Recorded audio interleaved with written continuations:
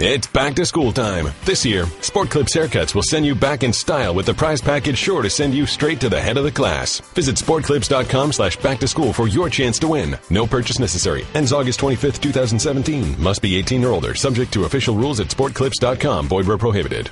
Here we are. We're back in better than ever. Mike and Mike, presented by Progressive Insurance. Our guests on the Shell Pennzoil Performance line. Get out a red pen and make a circle on your calendar. October 17th, 8 o'clock. Celtics at Cavaliers to open the NBA season. And in case you haven't heard, that game's going to look a little different than you might have previously expected. Go like the Kyrie Irving trade goes down last night, and it is in every way a blockbuster. As I heard my son Mike say on First and Last this morning, sometimes the golf god or the golf gods, there are no golf gods, but there are sports gods. The sports gods can give you something that is magical, and that would be on a Tuesday night in the NFL season, this game. So you have this night, NBA. This night is yours to have this matchup in Cleveland, which is going to be amazing. They meet 3 times this year, obviously the first time being the first game of the season. And then we'll see where it goes from there. The hate will be out. It will be masked by love, but it will be there nonetheless. And we'll see what happens. At the end of the day, listen, we're going to break down this trade. But let me just make my initial statement of this. Nothing has changed. That the Cleveland Cavaliers are still going to go to the NBA Finals. And the biggest question is, are they going to play the Boston Celtics in the Eastern Conference Finals to get there or not? From that perspective, I agree with you. That doesn't change in the short term. I believe the Cavaliers remain the team to beat in the Eastern Conference, right, and maybe even more so than they previously were. But it does change things, obviously, in the long run. It absolutely does in the long run. I'm talking about the here and now. This whole NBA offseason, of which we were mesmerized, every move that was made was put to the backdrop of, are you better capable of beating Golden State now? And there was nothing that was done that said that. And then this move was made. When this move was made, the thought was, okay, before you even get to Golden State, does this change anything coming out of the East? And in my eyes, it does not. Cleveland still comes out of the East. As I said, will Boston play Cleveland in the Eastern Finals? But as far as the bigger question, it's also, I don't think, done anything to make us think Cleveland would be the favorite playing Golden State in the finals as well. Though Jay Crowder, he's the interesting one in all this as far as his defense is 3-and-D, as we call it. Mm-hmm. Well, so let's start by throwing the question out to you. I put the Twitter poll question up immediately. I didn't even wait till I got in here this morning. The question is very simple. Which side got the better of the Kyrie Irving trade?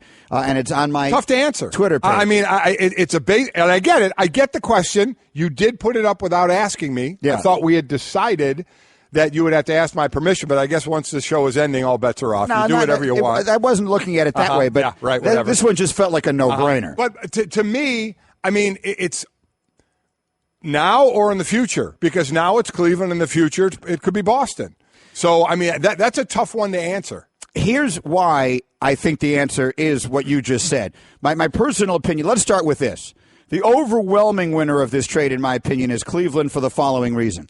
Because the recent history of the NBA has been Team X has a superstar that demands a trade. Right. And they just get absolutely destroyed. Yeah, you're right. So that didn't happen here. No, it did not. So in that regard, if in that regard alone, Cleveland comes out of this a huge winner, it doesn't even necessarily mean they do better in the deal than Boston, but they still win.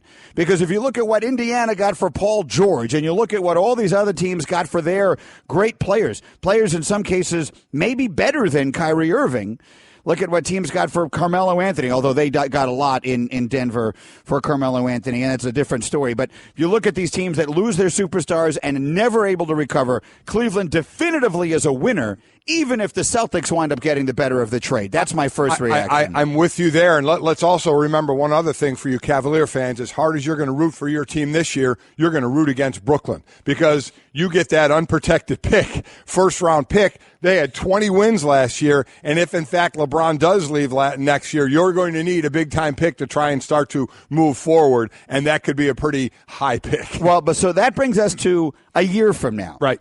So, in my opinion, overall, the Celtics get the better of this deal because I believe that one of the things that is obvious from this is the Celtics had no intention of building their future around financially and otherwise around Isaiah Thomas. Because if they did, there was no reason to make this deal.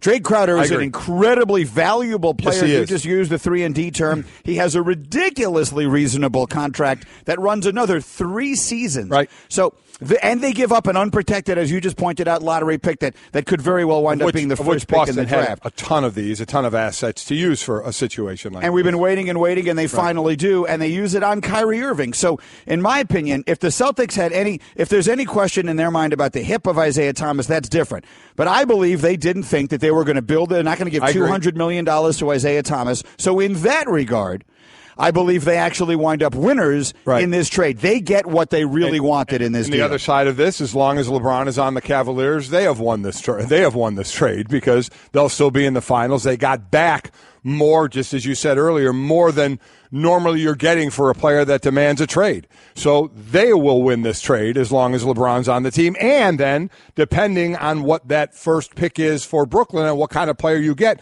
to build for regardless, you're building for your time after LeBron. You're playing with LeBron right now to be in the championship. But that's only for a couple of more years. That's if he stays in Cleveland. It's still for a few more years. So you get a first-round pick to mature over that time as well to kind of keep rolling when LeBron is gone. They did the impossible, Mike. They did both. They did. We were talking about, do you try and win now or do you build for the future with this asset? And they did both. Agree. So that's why I phrased the question the way I did. I believe both teams win. I believe both teams did well last night. I think both teams are happy this morning. So the question is, which side do you think got the better of the deal? I think it's a fascinating question because you can have a trade is not meant for one side to fleece the other. Right. Trades, generally speaking, you want to get a win-win, are meant because both sides want to do it. And in this case, both sides were motivated for whatever reason they did. I think both teams wind up coming out of this well. Who got the better of it? You can cast your vote on Twitter. Yeah, I guess if I were to answer that question, I would answer it in the now and say Cleveland, because I'll just look to next year, because this has a lot of ancillary parts to it. And the fact for Boston, you have Gordon Hayward, who's 27. You have Kyrie Irving, who's 25. You're building around your last couple of lottery picks in Jaylen Brown and Jason Tatum, who the Celtics did not want to give up. Cleveland wanted Jason Tatum, and Boston was doing everything in the world not to give him up. So they got those couple of young pieces, the young Kyrie Irving, the Gordon Hayward coming in. So they're looking good down the road, no doubt about it. Well, they're going to require name tags when they show up for their first practice. Yeah. Do you know how many Celtics remain from last year's roster? Bear in mind, they were the number 1 seed in their conference, and they made the conference final. Now, that felt like a mirage the entire time, but the facts remain. They were the number 1 seed in their conference, and they made the conference final. Do you know how many of them are left on that team? I'm going to guess 4. 4 is exactly right. I knew it was. So you saw the stat already. Yeah, I did. It's Al Horford, Jaylen Brown, Marcus Smart, and Terry Rozier are the only Celtics remaining. Not from 3 years ago, not from 30 years ago, but from 3 months ago. There are only 4 guys left on a team that finished first in the conference and made it to a conference final, and yet no one can argue that they did the wrong thing by breaking up what they had and starting it over. Mike and Mike presented by Progressive Insurance. We've got Jeff Goodman in here in about 20 minutes with his perspective on the deal. Our Kevin Pelton, ESPN insider, grades the trade as follows. He gives the Cavaliers an A. He gives the Celtics a C. Yes, he does. Here's the only reason I could see to give the Celtics a C, and that is if they don't have some idea that Kyrie Irving wants to be there long term. Kyrie Irving has, as everybody knows, because we've been following this since we knew he wanted out of Cleveland, has 2 years left on his contract. Right. If they lose him in 2 years, then they definitively lose without this question. trade, yes. If only because of the draft pick they gave up. But I have to believe, in a world where Magic Johnson can get accused of tampering, but we all know that all these conversations take place behind the scenes. They do. They know that Kyrie is willing to stay there long term. So long as he does, they didn't want to build around Isaiah Thomas. No. So X him out. However good you think he is, Kyrie Irving is better, and X him out. So they basically traded Crowder, who's a very good player. Yes, Crowder. Don't get Crowder lost in this trade. Not at all. On what he was in Boston and what he can do in Cleveland. Yes, I think he's a really good player. But they traded him and an unprotected first-round pick that is most likely going to be a very, very high pick right. for Kyrie Irving. Right. I think that's a good deal. I mean, that's how good Kyrie Irving is. So let's both try now and have a little fun, and let's mention the third player that was in this deal and try and get his name right. Well, I believe it's Ante Zizic. Now, I've heard Ante Zizic. So what Himbo and I did before the show is he pulled up a broadcast. Okay. And it was pronounced 3 different ways in said same broadcast. So like Wojnarowski. Right. Wojnarowski. It's Wojnarowski. We'll just call this guy the Ziz. Yeah, Ante Zizic, who played, was it in Croatia last year? And, oh, by the way, of the 3 players traded, he was the highest draft pick. He was the highest pick of the 3. He was taken 23rd by the Celtics in 2016. Crowder was taken 34th, ironically, by Cleveland in 2012.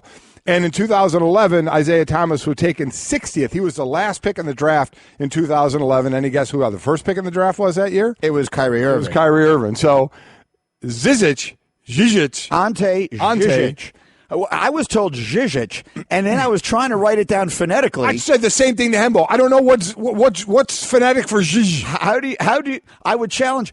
Spell Ziz. Tweet at us. Yeah, Ziz. At us. How would you? If his name is indeed pronounced Zizic? Okay, and it's spelled Zizic, and it's pronounced either Zizic or Zizic or something, but how do you phonetically spell Ziz? Yeah, how would you write that down? How would you spell it in such a way that when you looked at it, you would immediately have it? I don't know. I tried it here, and I just wrote it as it's spelled. I was you a half hour before that, because I first thing I did is I come in and I had 2 names for Hembo to get for me. And one of them was Zizic or Zizic, however, and I had my pen ready to go, okay, I do everything phonetically. Right. And he went, Zizic, and I went, what the hell did you just say? That's exactly what it is. I said, what am I supposed to do with that? You're not getting us any closer. No. Well, one way or another, he and Jay Crowder and a first-round pick from the Nets and Isaiah Thomas are on their way to Cleveland for Kyrie Irving. Let's go at the mics, brought to you by Dove Men Plus Care. Did you know that 91% of guys that use Dove Men Plus Care antiperspirant recommend it? If you're heading to the gym right now, you should pick some up on your way. Let's listen along the way to Jeff Van Gundy with his thoughts on the trade. Well, I think Cleveland did an outstanding job after everyone knew Kyrie Irving wanted to be traded. To be able to get a great point guard in Isaiah Thomas, someone who can complement LeBron James, a very good 3-4 man in Jay Crowder on a great contract, and then that first rounder from next year, I think it puts him in great position to retain LeBron James, as well as they'll have a lot of options if James decides to go someplace else. So I thought Cleveland did a terrific job. Do you know who needs to run silent, run deep today? Yeah. The Pacers. Yeah, seriously. Yeah. So that's what Cleveland got for Kyrie, and this is what we got for Paul George. Yeah, 2 years of Kyrie versus 1 year of Paul George. I mean, it is. That's why the Cavaliers get an A, because the bar was set so low. Yep. And bear in mind, they're going to get Dwayne Wade. Okay, let's stop talking about this as a possibility. Mm-hmm. This is no longer if; it is when. Right. The Bulls will buy out Dwayne Wade. There is no conceivable reason from their perspective or his for him to play an entire year in Chicago on what might be the worst team in the NBA. So Dwayne Wade is going to be in Cleveland. So now you got LeBron, you got Kevin Love. The question is, what exactly is Isaiah Thomas at this point with the hip? How bad is that injury? Right. What do you know? Brad Stevens, his coach, had said there was question whether he would be ready for the start of training camp. It was a labrum in his hip. They opted for no surgery. It was, in game 2 against the Cavaliers when he heard it. They were down 60 at the time. This is one of those where you opt for no surgery and you try and heal it, and then you pray to God after that time that it's supposed to heal, that you don't say, we were wrong and now you need surgery, because then you're in a whole lot of trouble. So there is question on whether he'll be ready for training camp or not. So we'll see. I believe I think I'm going to make the following statement. If Isaiah Thomas is 100% of Isaiah Thomas, and he doesn't have to be in October. If by sometime in the middle of the season, he's 100% of what he was a year ago, I believe the Cavaliers are even more a lock to win the Eastern Conference than they were yesterday. And I think they have a better chance against Golden State than we'll they did see there. yesterday. Crowder helps on the D side because we keep talking about how do you match up with Golden State, and they have to match up more. They had the offense. Isaiah gave offense in Boston. He can give you offense here. LeBron can, and Love can hit his shots as well.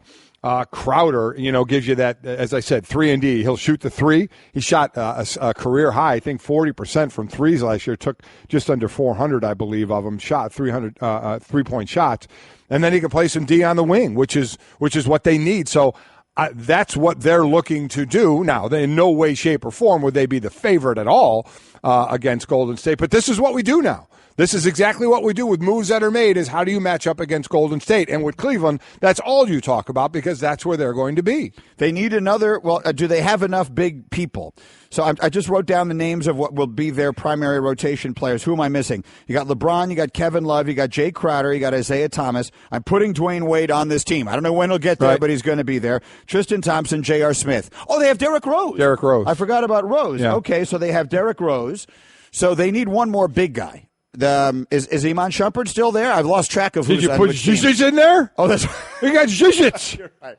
You're right. He's a Zizic. They've got you got Ante. They got Ante. You got AZ.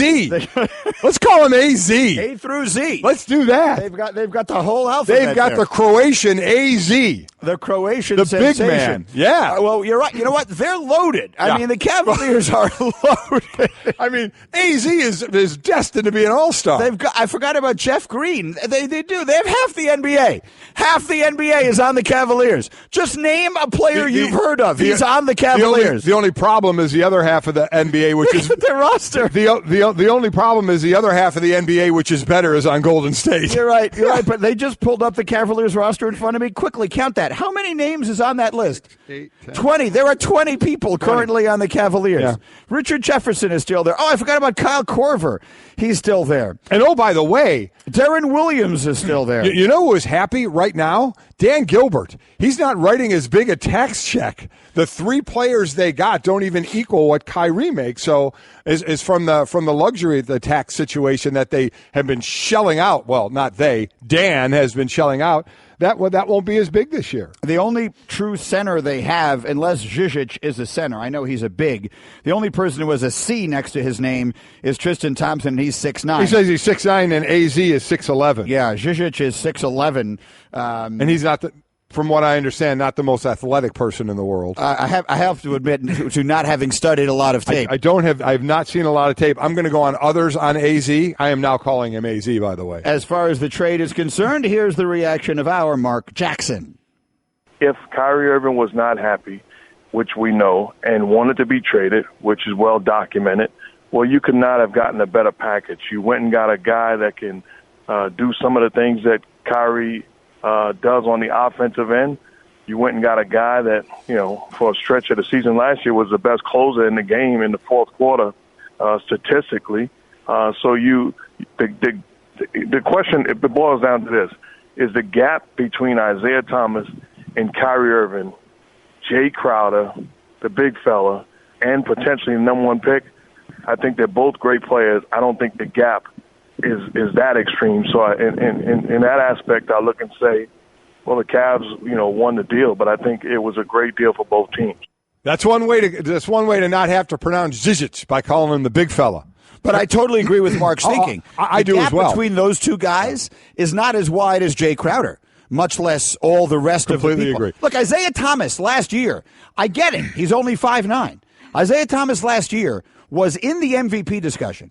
If you were paying attention to the NBA last year, he deserved to be in the MVP discussion. He did. He was the best player in the fourth quarter in the whole league. So, but we'll see what he does this year. And then the next discussion is Cleveland giving him the max? Well, so next summer he's that, and he says he's a max player. But why wouldn't you say that? So I know. Listen, that's why in this thing there are so many ways to go. A couple of years down the road with Kyrie, this summer for Isaiah. But let's. At some point, let's stick to the beginning of the season and see where this thing goes. And for Kyrie, listen, Kyrie was Batman on a horrible team, and the team went nowhere. Kyrie became Robin and won a championship and has been to the finals, and now he gets to put on the Batman costume again. How's it going to fit? I have no idea. But he's going to get a chance on a storied franchise, and we'll see how that turns out. We're going to get Jeff Goodman's reaction coming up in just a few moments. He'll tell you how the deal went down. He'll be on the Shell Pennzoil Performance Line. You'll hear from Danny Ainge on why he made the deal. And we're asked to put someone in the zone, Mike. That's brought to you by AutoZone. Drive the new Duralast GT brake pads. Proven tough from the tracks to the streets and sold only at AutoZone. Get in the zone with AutoZone. Who's in the zone at times like this? The NBA insiders. So, Woj was working the deal and had all the breaking news last night, and all of our NBA insiders were working it, but no one more than our buddy Brian Windhorst. Absolutely right. I'm putting him in the zone. Mm-hmm. You want to read his tweet? I don't have. It's right up there on the screen. Okay, this is from Windy. I'm in Rome. It's 1:30 a.m., and my wife may be considering divorce. I leave analysis of Cavs-Celtics trade to my able colleagues. Good night. That was from Wendy. I tweeted to that. I answered that. I said, smart move. Absolutely, positively a smart move. If the wife is going to get a little antsy about that one, you just back off and say, hon, what do you want to do in Rome today? Yeah, the NBA insider types have had themselves quite a busy summer. This has been one of the best. Listen, I'll say it again. This year, the NBA offseason was the best of their seasons. The postseason was second. The regular season was third. Sports fans anywhere can earn a nationally recognized degree from Penn State. Online. Whether you're starting or finishing your degree, study where and when it's convenient for you. Choose from more than 125 programs to become a top prospect in your field and advance your career. Learn more at worldcampusinfo.com. Penn State World Campus, a world of possibilities. Online. Visit worldcampusinfo.com today. That's worldcampusinfo.com. Guys don't really talk about antiperspirant. Despite that, 91% of Dove Men Plus Care users recommend it. Here's what they said. It blocks the, perspiration, I think is the fancy word. It's comfortable. It smells nice. My girl likes the smell. Well, it's hard. I think it's quite masculine. My underarms aren't the worst thing at the gym. It's kind of like the Hoover Dam from my armpits, I guess. Dove Men Plus Care antiperspirant. Tough on sweat, not on skin. 1-800-Flowers.com Twitter feed. Essery Payne tweets, no one factoring in the possibility Kyrie won't stay in Boston. He might not like Brad Stevens' system. No clear winner. That's actually what we talked about just about 10 minutes ago. I would say, and Woj just tweeting about it last night, and we'll get Jeff Goodman on it in a minute. But I have to believe the Celtics have been led to believe that Kyrie is going to stay there long term. Well, I mean, again, you possibly, just like we're led to believe Paul George is going to end up with the Lakers, so much so that they may get a tampering charge against them, which we probably won't prove, so it won't happen. Dan Przowski tweets, Celtics got better of the deal. Next year, Paul George may consider Boston for a big three in the East without LeBron. We'll see. And then Only One Pay tweets, I think Cleveland won the trade. Anytime a team receives a draft pick for a player that was going to leave anyway, it's a win. Just look at the Paul George trade and the Kyrie Irving trade and the difference of what the Pacers got and what the Cavaliers got. So, huge. How did this happen? Let's find out. Jeff Goodman is standing by at the Celtics facility getting ready with our coverage, and he joins us here early on the Shell Pennzoil Performance Line. Jeff, how did this trade take place? Well, there have been discussions going on for almost a month between the two sides, and it was always Isaiah Thomas and Jay Crowder, and even Ante Zizic. Those were kind of the three that were in the deal all along. The holdup was what pick it would be, or whether Boston would eventually and ultimately part with Jason Tatum, which Danny Ainge did not. He didn't budge on that. So then the next step was for Cleveland and their young GM, Kobe Altman, trying to pry that Nets pick away from Danny Ainge. And he was able to do it. And now, as I tweeted a little while ago, I heard you guys talking when I was driving in here to the Garden this morning, who's the winner? We're not going to know the answer to that until we see what the Nets pick brings Cleveland, and then how healthy is Isaiah Thomas. But, this is a loaded draft next year, especially in the front court with guys like Marvin Bagley, Michael Porter, DeAndre Ayton, Mo Bamba. And I think if the Cavs can get a Bagley or a Porter at the end of the day, then they put themselves in position to compete now. And if they lose LeBron, which ultimately a lot of people think is going to happen, they have a young cornerstone player to build around going forward. Is there any concern with Isaiah Thomas's hip injury? They opted for no surgery on the labrum and the hip, and Brad Stevens had already talked about the possibility. Would he be there at the start of training camp? What's the concern there? I asked Ainge that on the conference call last night, and I said, how much did the hip injury play a part into this trade? He said some. Now, I've been told, according to my sources, it's more than just some. They are concerned. He's turning 29. His game is predicated on speed, making kind of quick moves in and around the basket. So they were worried because he hasn't done anything all off season. They don't know the answer to that. And the interesting part is Cleveland doesn't know the answer to that either. They haven't had one of their doctors examine Isaiah Thomas.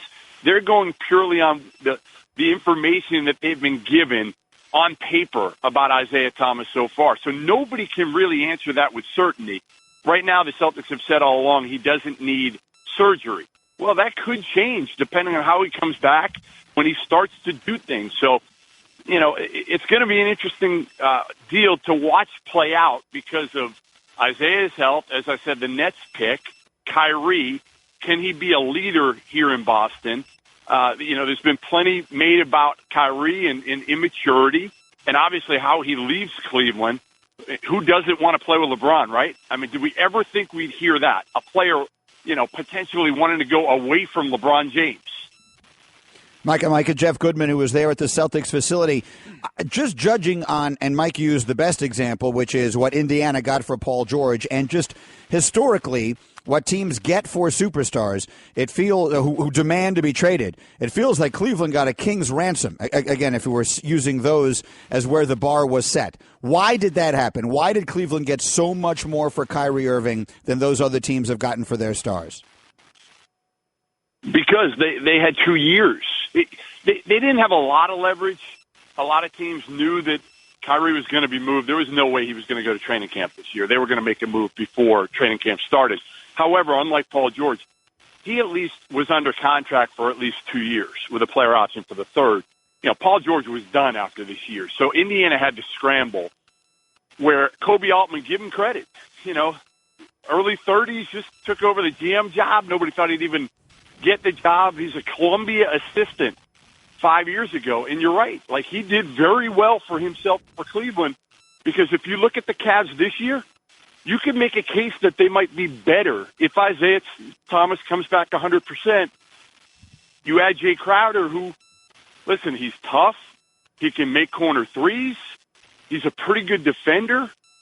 Zizic was coming along, and then right before Summer League, he had a stomach condition where he lost about 20 pounds, so he didn't look good in Vegas.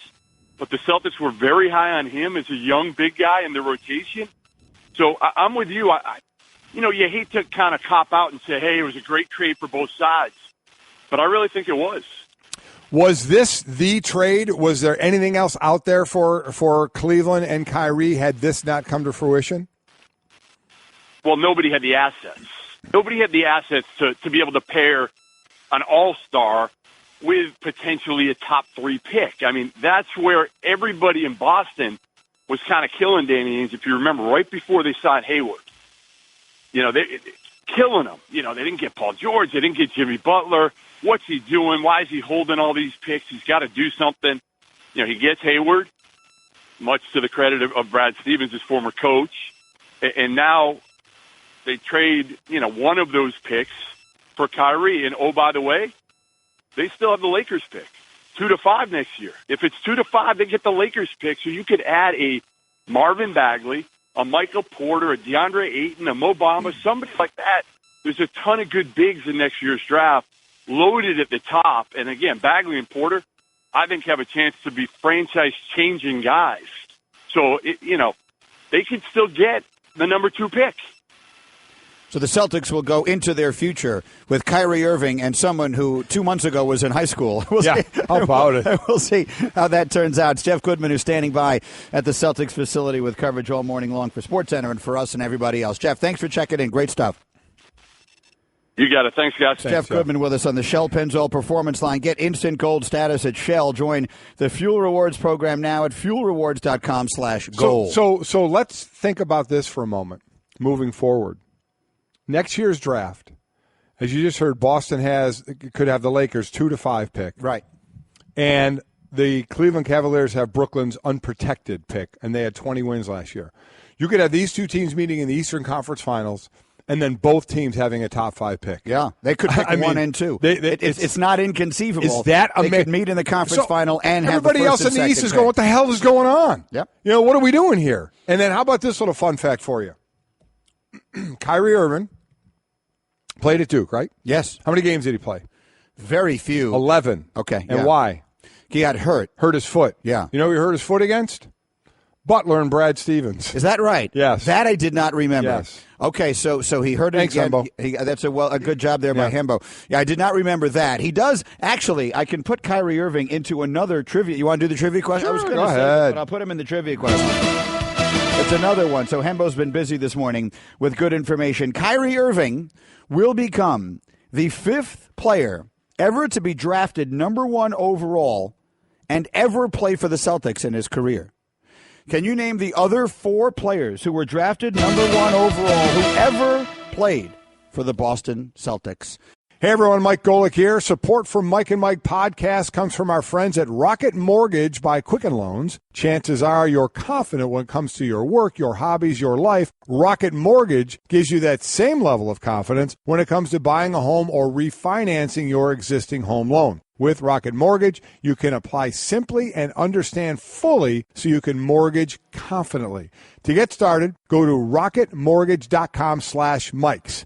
Equal housing lender, licensed in all 50 states, NMLSconsumeraccess.org number 3030. All right, give it to me straight, Golick. Did you have any fighting chance at this trivia question? No. Kyrie Irving was drafted number 1 overall in the NBA by the Cavaliers, of course. He will now play for the Celtics and thus become the 5th player ever to be drafted number 1 overall and ever play for the Celtics. And as I look at this list of the other 4, and I will admit I would never have gotten this myself, none of them were drafted by the Celtics. None of them were drafted number 1 overall by the Celtics. Now, as far as who they are, I would think you'd get one of them. One Shaq. Shaq, correct. Shaq played for everybody coming to the end. Right. So, He played for the Celtics late in his career. And another one, if you thought about it, you'd get, by the time he got to Boston, he had his last great year with the Celtics. And it's Bill Walton. Oh, right. Walton came off the bench on the 86 Celtics, which was the best of those Celtic championship teams with Bird, and Walton was the reason why. Okay. Because you had the big 3 in Bird and McHale and Parrish, and then Walton, who when he was at his apex, was as good as anybody Without ever. Without question. So those 2, I think I would have gotten. The others, I would not. I had no recollection that Purvis Ellison played for the Celtics, and I had even less recollection that Michael Olowokandi ever played for the Celtics. We just sat here for a long, long time. Olowokandi was drafted number 1 overall, of course, by the Clippers. Purvis Ellison, a generation before that, was on the team that beat Jay Billis and Duke. So did we still not get to the one that we really wouldn't have gotten? Or were those No, that's them? it. Those are the 4. Oh, that's 4. That's I thought that's there was 4 one more. guys. No, and then Kyrie. Wow. So it's Bill Walton, Right, okay. Shaquille O'Neal, Purvis Ellison, Michael Olowokandi, and Kyrie Irving. So I think about the great players, Larry Bird, Bill Russell, on and on it goes. None of them were drafted number 1 overall.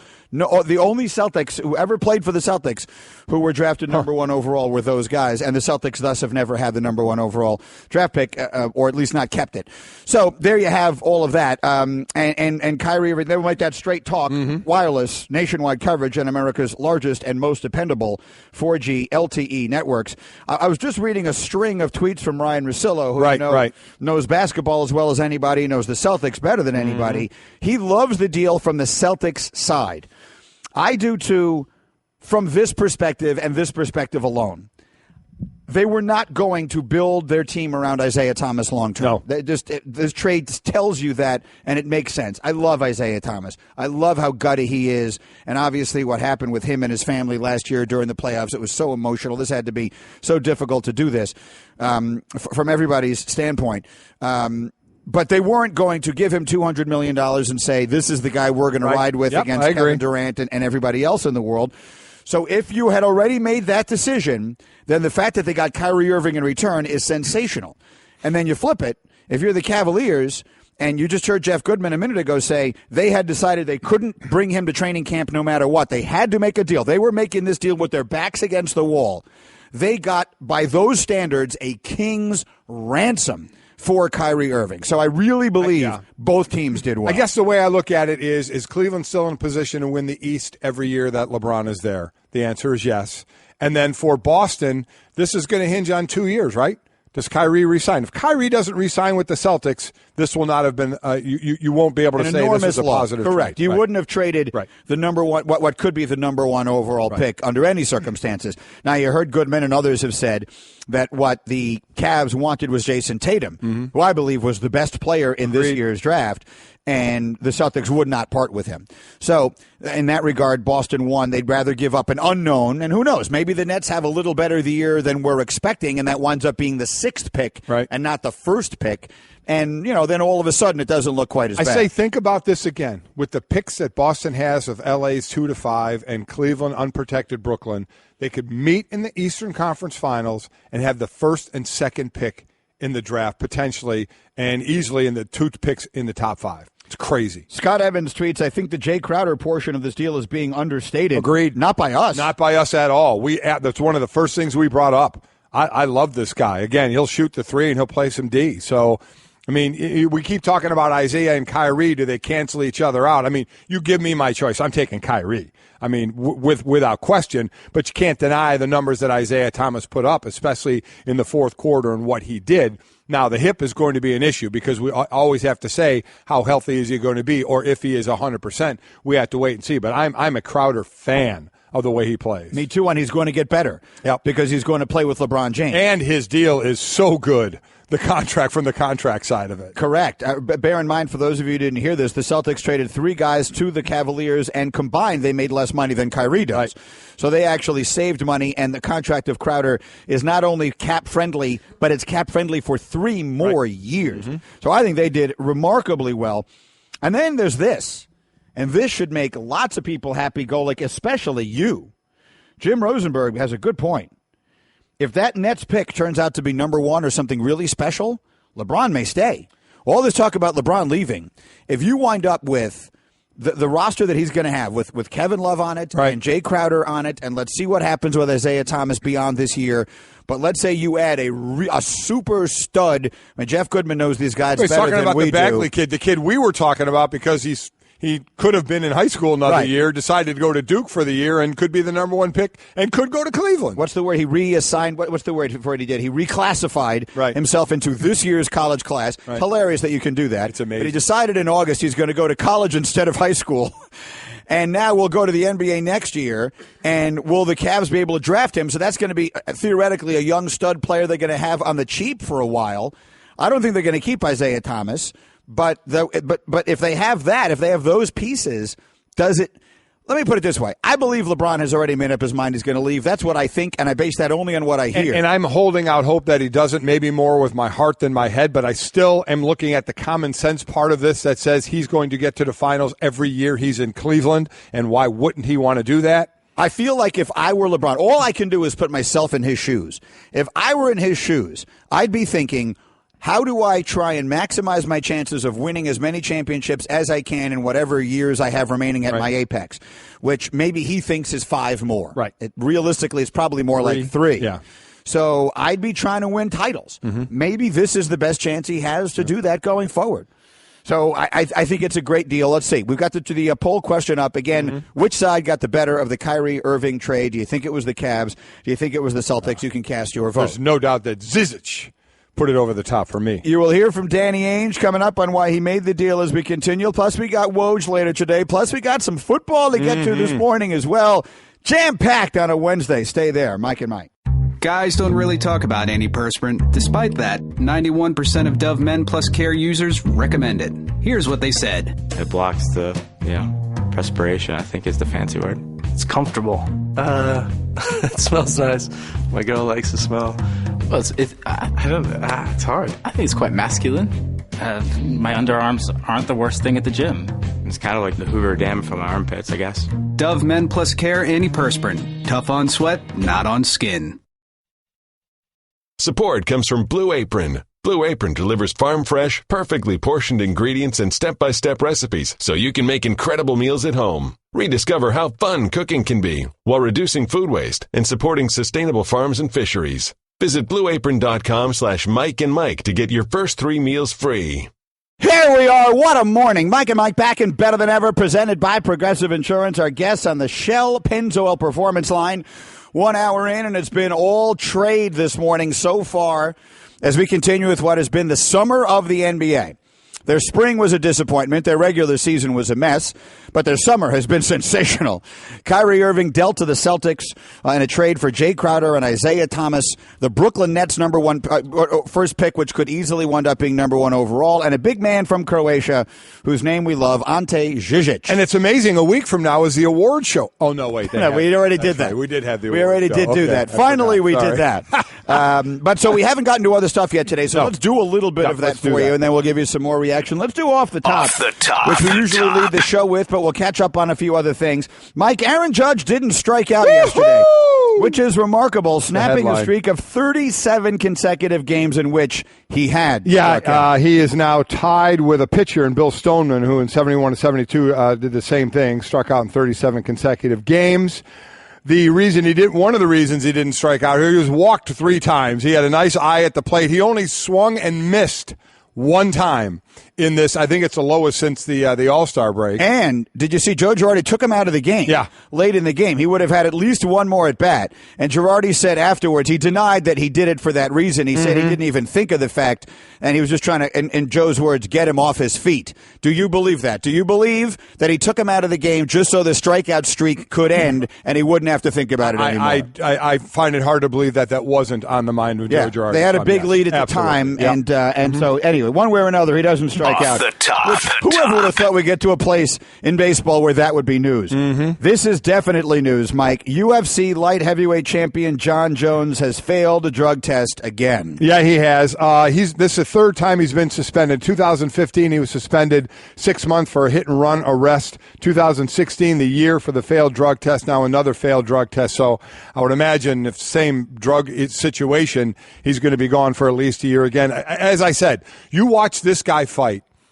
He is pound for pound one of the best fighters I've seen in this sport, yet he just can't keep himself off the drugs and out of trouble. And that's a shame. It's a shame because it's a guy who's going to have a lot of life left. He needs to get that squared away, but man, in the ring, he is something. Off the top. Dodgers win again. They beat the Pirates 8-5, but their day was not without some concerns as they continue to win, Mike, despite a mounting injury toll. Yeah, they really do. First, the win. They're Major League best 15-4 in August. They also had the best record in both June and July. So we know what they're doing, but we know Kershaw has been on the shelf.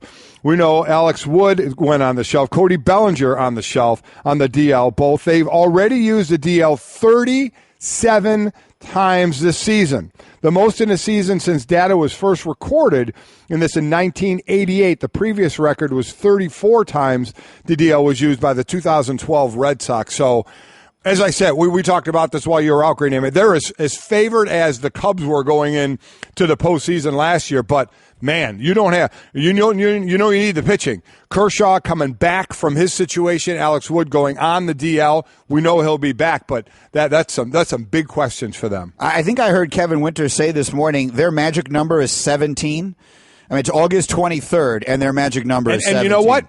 In all honesty, so what? We know they're going to go to the playoffs. We know they're going to have the best record, but will it mean anything if they can't finish this deal? Don't mean a thing if you don't get the ring. And then, of course, to round off the top, the Cavaliers, we spent the entire first hour on it this morning, trading Kyrie Irving to Boston for Isaiah Thomas, Jay Crowder, Ante Zizic, and the Nets' number 1 pick next year. So this offseason, Danny Ainge got a couple of All-Stars, Gordon Hayward and Kyrie Irving. The last time, he got 2 players coming off an All-Star season. I know it. Do you know it? Well, I mean, it's unless it's not the obvious one. No, it's the obvious one. 2007, when he traded for Kevin Garnett and Ray Allen, 2 moves that culminated in a championship. Anything is possible. Off the top. That's Off the Top with Mike and Mike, presented by Progressive Insurance. They'll compare rates for you, so you get the best deal, even if it's not with Progressive, saving you time and money. Now that's Progressive. Call or click today. Danny Ainge. It's interesting. Danny Ainge is a guy who not long ago was being significantly criticized for having accumulated all of these assets and done nothing with them. Right. They didn't get Paul George. They didn't get Jimmy Butler. Well, now all of a sudden, in the span of a boom, it feels like, they get Gordon Hayward, and they get Kyrie Irving. Here he is last night talking about the deal and how difficult parts of it were to make. It is a high price tag. It is a great value that we're giving up. We love Isaiah and love Jay Crowder, but, acquiring a 25-year-old perennial all-star, a player that, fits a timeline for us and is a fantastic offensive player, is one of the best offensive players in the league. You have to pay a heavy price. We love the guys that were here, and we didn't really want to give up any of those pieces to make this deal work, but we're excited to have Kyrie. Listen, this is for the future move. You have Kyrie, who's 25, Hayward, who's 27, the youngsters and Jaylen Brown and Jason Tatum. You have Horford, who's 31, but you have still the picks. The Laker pick could be 2 to 5 next year. This is a building team. And I know nobody wants to hear, well, we're basically going to throw in the towel until LeBron is off of Cleveland and out of the East, but I like what Danny Ainge is doing, and I like the position he's in, and I like what he's doing moving forward to take the mantle from Cleveland when LeBron isn't on that team anymore, whether it's after this year or next year or a couple of more years. But the key component here, while they still have some assets, is can they re-sign Kyrie in 2 years? I also believe firmly that what Danny Ainge cannot say, for obvious reasons, is we had made up our minds we weren't going to keep Isaiah Thomas long term. Right? We're not going to give $200 million to a guy who's going to be 30 with a bad hip and he's 5'9". Right. I mean, Isaiah Thomas can't do anything about being 5'9". That's exactly right. But being 5'9", it does matter. It doesn't make no difference. And right now, so you could have given him the money, or you have the chance to give a guy who'll be 27 in Kyrie Irving that money in a couple of years.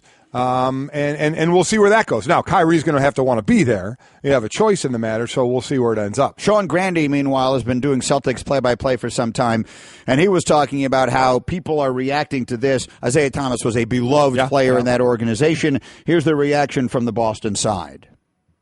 I think everyone here is stunned, and it's a real head versus heart thing right now in Boston because of the attachment beyond just what a great player Isaiah is and what he did this last year. The emotional attachment in Boston attaches to its favorite athletes was real, it was deep, and it was built to last, and this rips that away. Let's understand again what he did in the regular season, especially in the fourth quarter, then getting to the post, losing his sister in the car accident. Yeah. I mean, let's not forget that, and the emotional toll that took and what he went through with that. And then the injury as well, that's the heart. And I get it. You can be beloved, but the head says, not paying that guy $200 million. And now we don't have to worry about doing that. And Kyrie's a guy we will pay $200 and some million if he's going to stay here in a couple of years. Kyrie is younger, and I would take him. Listen, is there? I was about to say better. Are you comfortable saying Kyrie Irving is a better player than Isaiah Thomas? The only way I can put it is if you give me the choice of those two players and $200 million or $10, who I'm taking Kyrie. Me too. I'm taking Kyrie. Me too. And it's exclusively because Isaiah Thomas is 5'9". And again, he can do nothing about that. But you know what? This is a business, and you have to look at these things. Is it head and shoulders above Isaiah Thomas? No, I get it. I understand that. But you give me that choice, I'm taking Kyrie. And he's younger. And Kyrie has gone through some injury situations. But plus, this hip is hanging out there on Isaiah Thomas as well. No surgery. Let's see how he comes back from it. What did the Bulls remind me? How many spots the Bulls moved up in the first round in the Jimmy Butler trade? Can someone remind me of that? Did they move up 8 spots, 9 spots, something like that? How are you feeling if you're waking up this morning in Chicago? You traded Jimmy Butler, who still had time left on his deal. Yep. And is every bit the superstar caliber player that Kyrie Irving is. He's not the scorer Kyrie is, but he's probably all around. If he's not as good a player as Kyrie, he's darn close. You moved up 9 spots in the draft to get and that's what you got for basically what you got for Jimmy Butler. And Paul George, I didn't want to talk about. No. George only had 1 year left on his deal. So there's a difference there. But then you look at what Cleveland got. My goodness. Yeah. I mean, that's where you say the Cavaliers are extraordinary winners in this.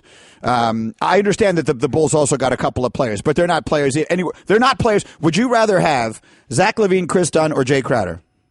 I like Jay Crowder. Me too. I mean, Levine and Dunn had a terrible first year. Levine has a terrible injury. Right, he does. What an athlete. Let's see what they. Yeah, wow. They could wind up being great. They could wind up being better players. They're a roll of the dice, and you moved up 9 spots for Jimmy Butler. Paul George, I don't want to talk about.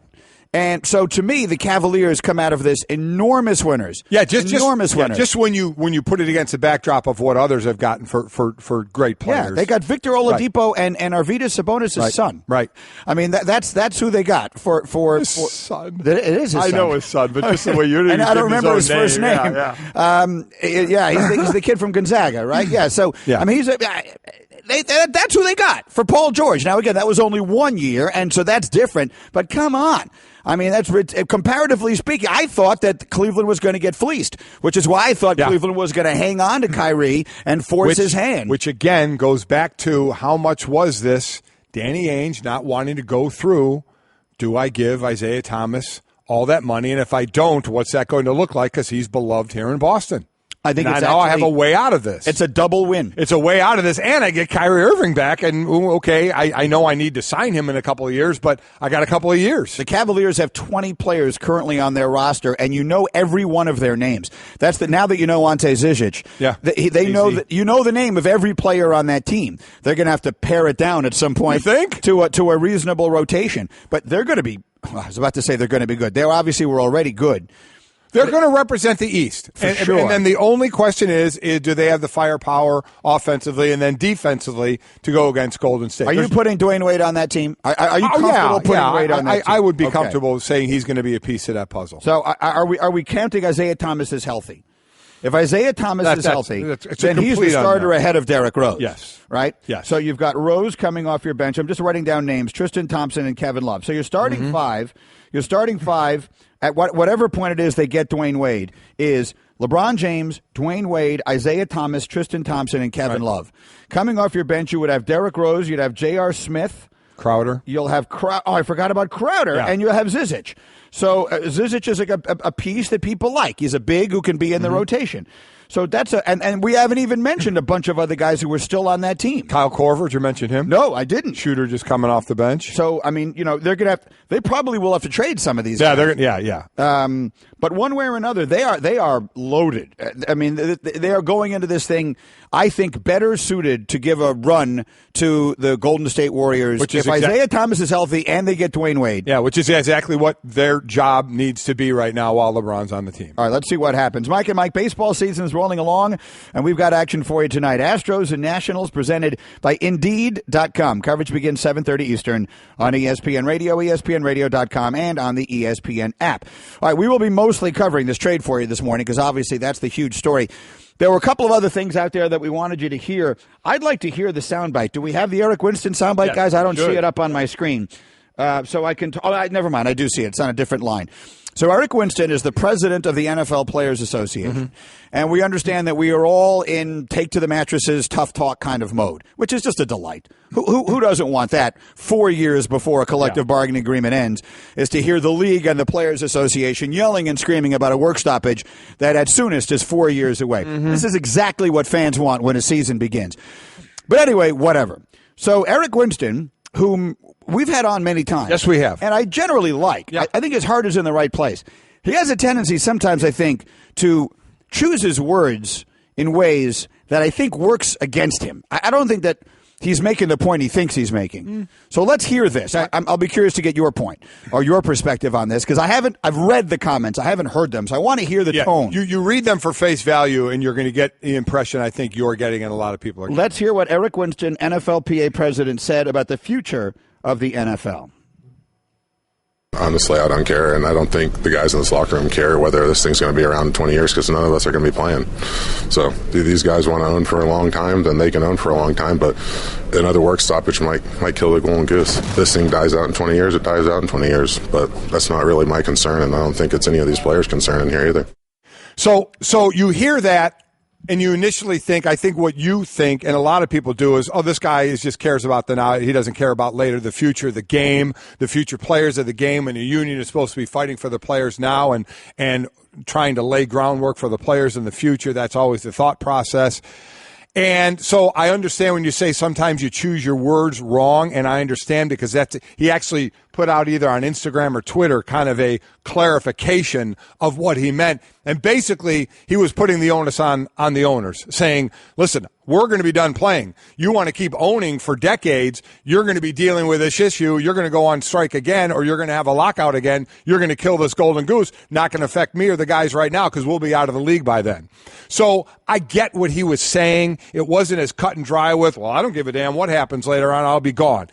It wasn't that way, but I can, in this day and age of headline, wow, look at that headline, and then don't read any further into it, I can see how people would say, wait a minute, how can he say something like that? But I understand his deeper meaning to that. And listen, and there's the news now that D. Smith may not even be in charge of the union. I'll go address that. So, Roger Goodell is going to sign that extension. We talked about this when you were gone. He was going to go to 2019, a 5-year extension. One of the things about that is he's now going to be the commissioner during the CBA. It's after the 2020 season. So you're talking the off season in 2021 is when they'll be negotiating the CBA. Now we know the one power person will be in place. DeMaurice Smith, he was started to be the running the union in 2009, and he's had to win an election every 3 years. The last election, a lot of people thought Troy Vincent was going to unseat him in 2015. There's another election in March of after this season, 2018, and then there'll be another one in March of 2021, which will be right when negotiations are going on. And there is a gentleman named Cyrus Mary, who is a civil rights lawyer who actually teamed up with Johnny Cochran years ago and really jumped on the NFL about minorities and head coaches. So right after that, the Rooney Rule. So he was instrumental in that. He's won big cases against big companies, and he now wants to challenge DeMaurice Smith. Again, this is months away, this election, months away.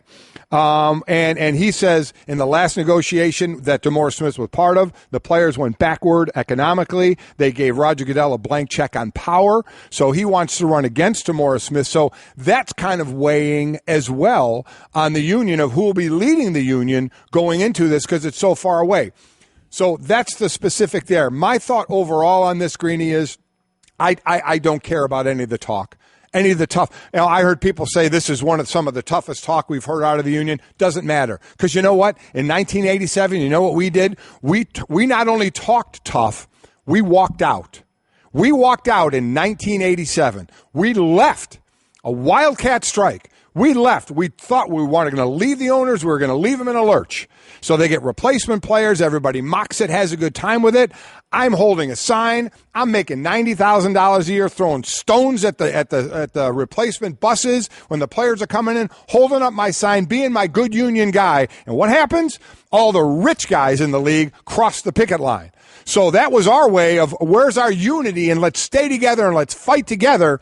You know what? You can talk all you want. And I hope that the players get a way better deal than this time. But I don't want to hear the talk. I don't want to hear the tough talk because it doesn't mean a damn thing until you get to where you need to get to. Everybody, they need to have a plan going into this. And then if you really are stuck on or you really have those things in mind that you want to get done, then the next thing is the resolve. And you know what talk means then? Nothing. Means nothing. Talk from both sides. I don't want to hear talk from either side. I'm so disheartened with the union and with the league and their inability, especially the main guys, to get along. You got a $14 billion business that you can't seem to figure out to get everybody on the same page. So I don't want to hear the talk. I don't want to hear Eric Winston with the tough talk. I like Eric Winston a lot, but I don't want to hear it. Who knows what he'll even be doing in 2020, 2021.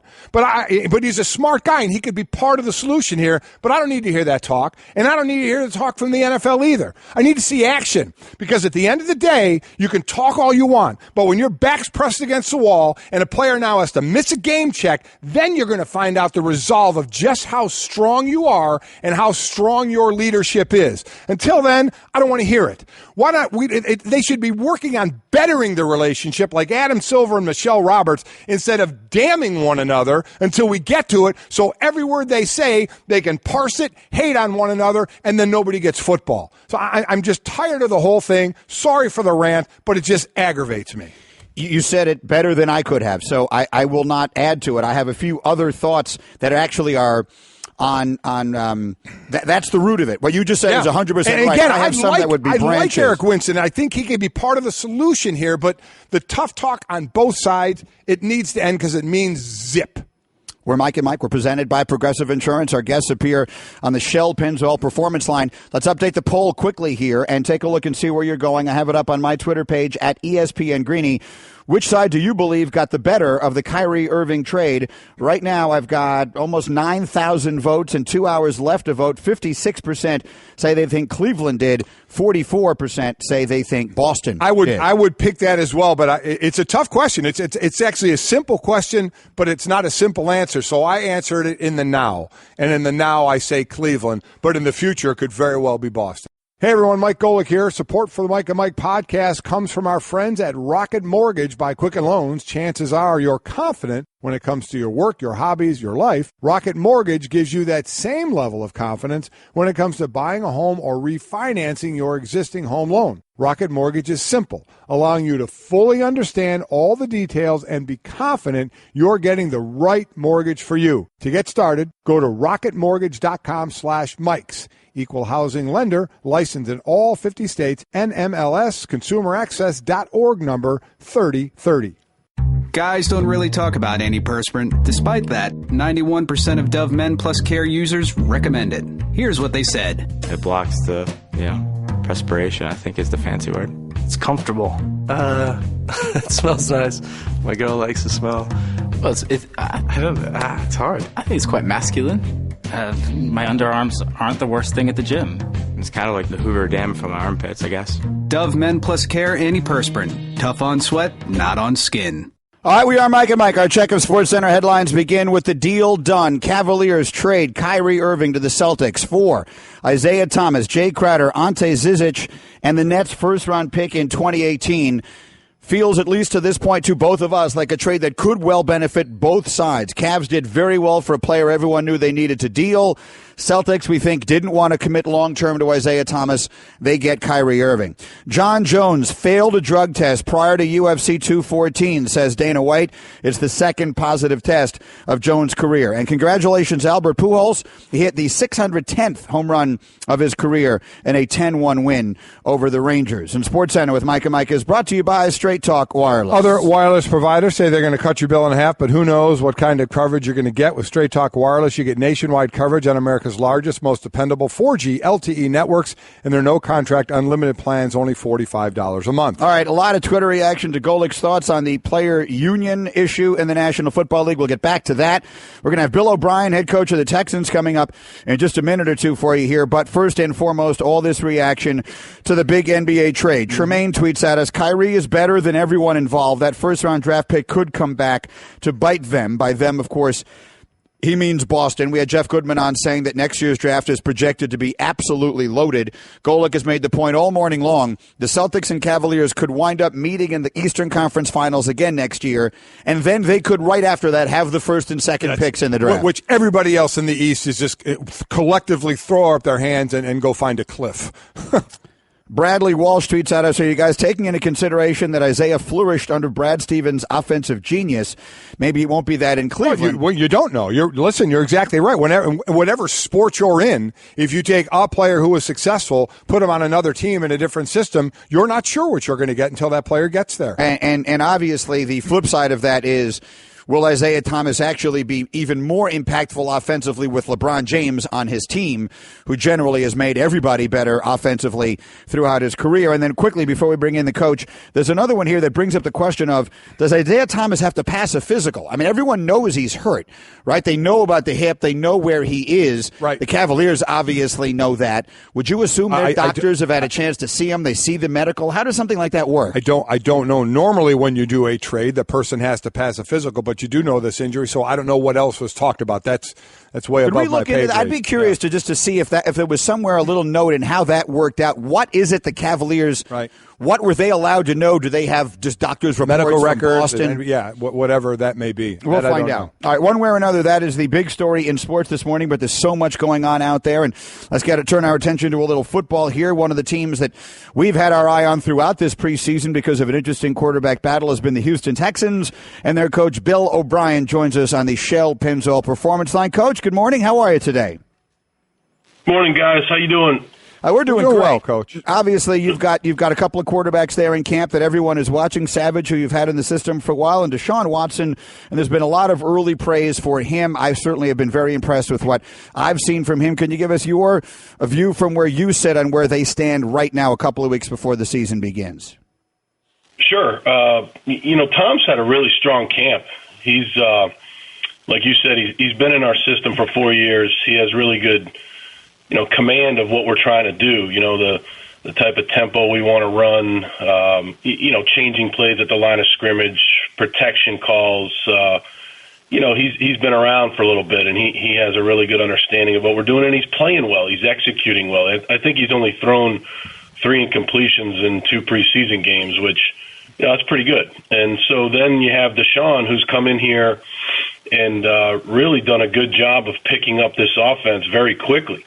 He's been able to come in here and improve every single day, especially mentally. That's one of the biggest things. He's been able to learn. Let's just say he makes a mistake one day, the very next day, or even sooner than that in a meeting. He'll understand right away what the mistake was, and he'll improve on that the next day. So he's gone out and played pretty well himself. So.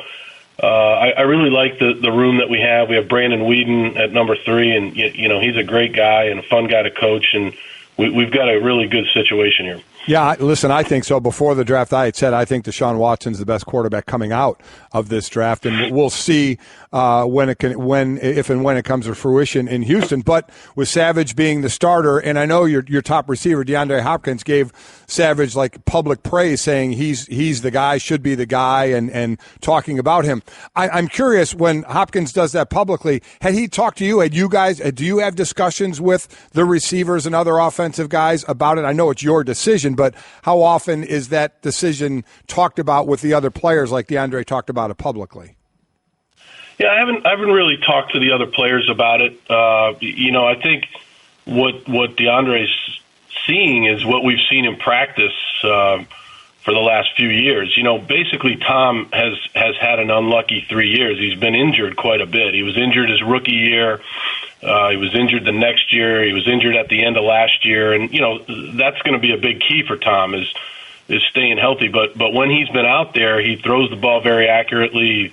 He throws it on time. He like I said, he has a really good grasp of our offense. He throws a catchable ball. And the thing about the young guy, Deshaun, is he has a lot of the same qualities. They have different skill sets, but Deshaun throws a very accurate ball, and it's been a good camp because the ball has been placed in the right spot. And I think that helps your team, Mike. You know what I mean? Like when you have some quarterbacks back there that can throw the ball accurately, I think that helps everybody compete a little bit better. Completely agree. And accurately doesn't just mean completion. It means throwing your guy open, letting him get yards after the catch. Right. I completely get what you're saying. We're talking to Bill O'Brien, head coach of the Texans. Another shift we're kind of seeing, Coach, is the starters a lot of times playing less in these preseason games and more of teams getting together to practice during the week before the preseason game. So I've been trying to explain it on air, but obviously we'd much rather hear it from you of just how big those benefits are of having a few days of practice. You guys have done it with the Patriots this year, how that's becoming a bigger and bigger thing and the benefits from that. Yeah, I can't tell you enough how much I believe in the joint practices. Last week when we were in West Virginia, the Patriots came and we had a good 2 days with them. And it was good because, our practice schedules are pretty similar. So it was a pretty seamless transition to going from practicing against each other to practicing against them. And we, Coach Belichick and I decided let's just have a really good 2 fundamental days, 2 days of good fundamental, tough, hard-nosed football. It was clean.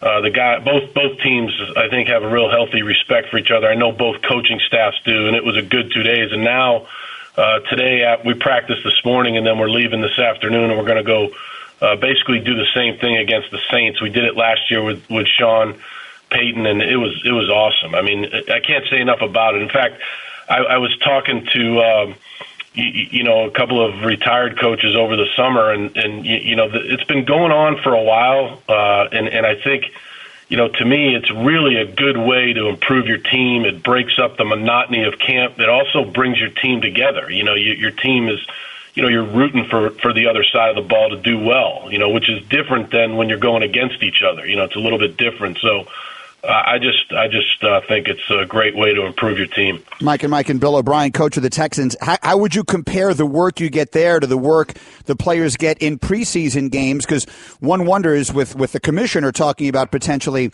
shortening the preseason, could this be something that could lead to? Could you deal with one fewer or even two fewer preseason games if you're getting more of this kind of work? Absolutely. This is just one man's opinion. If I had, one vote, I would vote for more joint practices. I think in the preseason, I think, one of the things that we all, basically you're trying to get your team down to a 53-man roster, and it takes about 6 weeks to kind of figure that out. But it's basically, maybe let's just say you have player 1 through 20 that you kind of know are going to be on your team, and then it's who are player 21 through 53. And the preseason games are good opportunities for those guys. But player 1 through 20, you've got to make sure that those guys are healthy. You want everybody healthy. I'm not saying that you want everybody to be healthy for the beginning of the season, but you have to make sure that your top players are healthy. And these joint practices, the scrimmages are not live. It's more of a thud-type practice, and it's a really good way to improve your team and keep everybody healthy. Bill O'Brien, Houston Texans head coach, joining us here. As far as you deal with injuries, you already lost a Fuller for a bit with, I believe it was a collarbone. J.J. Watt missed time last year with his back. And Coach, I know injuries. You get a knee, it's X amount of time. You get an elbow, it's X amount of time. An ankle, the same thing. A back, they say it's X amount of time, but we all know the back is such a tricky thing. So how do you deal with that of the medical side saying he's good to go? Of course, he wants to play and be out there going, as to, man, we really got to make sure this thing stays healthy the entire season. It's really a two-way street, and I give JJ a lot of credit, meaning, we approached JJ and not just me, but our medical staff, and, we talked to him about, look, this is how we're going to basically have you on somewhat of a pitch count. And as you guys know, with JJ Watt, this guy always wants to be on the field. He wants to be out there practicing. He's just got that type of motor. He wants to be in the fray all the time. And so coming into this season, he agreed. This is something that I have to do. You'll have to talk to him about his off-season regimen, but I know that he's changed that a little bit relative to what he did when he was a little bit younger, pre-back surgery. And the guy's playing really well, Mike. I mean, this guy is playing really at a high level. It's almost impossible to move the ball in practice when he's in there, So I tell Weaver, Anthony Weaver, our D-line coach, I tell him, look, it's like 2 or 3 reps and get him out so we can try to get a first down here. You know what I mean? It's the guy's playing at a high level. We've got a good defense. We have a great bunch of guys on that side of the ball, and it's been really a good, strong camp because I think we're getting better offensively, and I think our guys are really competing hard against each other. It's funny, they left me in practice to give the offense confidence. It's just, I guess it's the other side of the coin. Good luck, Coach. We appreciate the time. Thanks, Bill.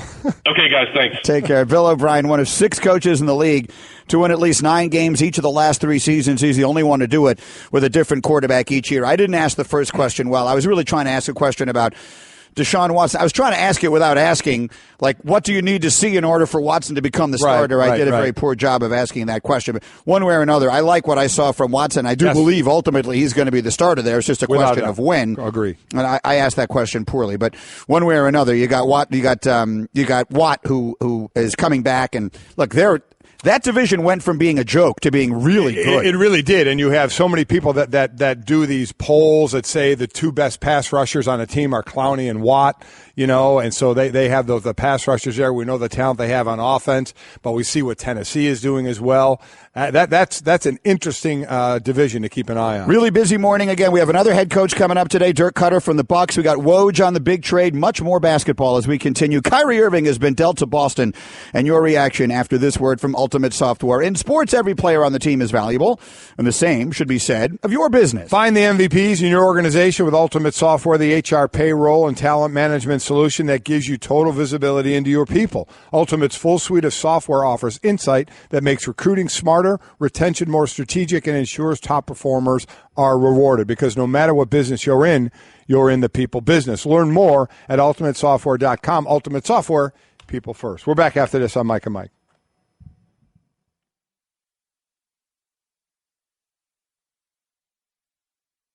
Sports fans anywhere can earn a nationally recognized degree from Penn State online. Whether you're starting or finishing your degree, study where and when it's convenient for you. Choose from more than 125 programs to become a top prospect in your field and advance your career. Learn more at worldcampusinfo.com. Penn State World Campus, a world of possibilities. Online. Visit worldcampusinfo.com today. That's worldcampusinfo.com. You might have seen in reaction to the Cavaliers trading away Kyrie Irving, LeBron James had a very classy tweet because, I thought actually everything about this tweet was genius. So one of these Cavaliers fans puts a jersey, a Kyrie Irving jersey, on the ground and says, all right, fans, you know what to do. And everyone assumes he's going to set fire to it, the way they did with the LeBron jerseys. And he just places a note on it that says, thank you. Right. And LeBron James retweeted that and said that's exactly the way to react, that everyone should treat him. Quote, that's the only way to be to the kid. Special talent guy, nothing but respect, and what a ride it was our 3 years together. So, okay, you say that, but when he comes back for Game 1 to Cleveland, what happens? That's going to be my question to you. October 17th, NBA's opening night. It will be Boston at Cleveland. It'll be Kyrie Irving wearing, I don't know what number he'll wear in Boston, but it won't be 2 because 2 is retired for Red Auerbach. So whatever number Kyrie Irving is wearing in a Celtics green jersey, he'll be wearing that in Cleveland. What do you believe the reaction will be? Did he leave by force, or did he want to leave? He wanted to leave. He's going to get booed. It won't be anything like LeBron's first game back, though, right? No, it will not. But fans are going to – he wanted out. He was on we're in the NBA Finals team years and years in a row, won a title, and he wanted out because he wanted to be the man. And listen, that's his right to ask for that, and Cleveland obliged it by trading him, but he wanted to leave. So while that was a nice note on the jersey, and I get it, I think when that first night comes about and Kyrie comes back in to the arena in Cleveland, I think fans are going to understand. You want it out. Okay, you want it out. Here you go. And he's going to get booed. I agree. Here's what I would ask you. What do you believe is the answer to the question that we will never know?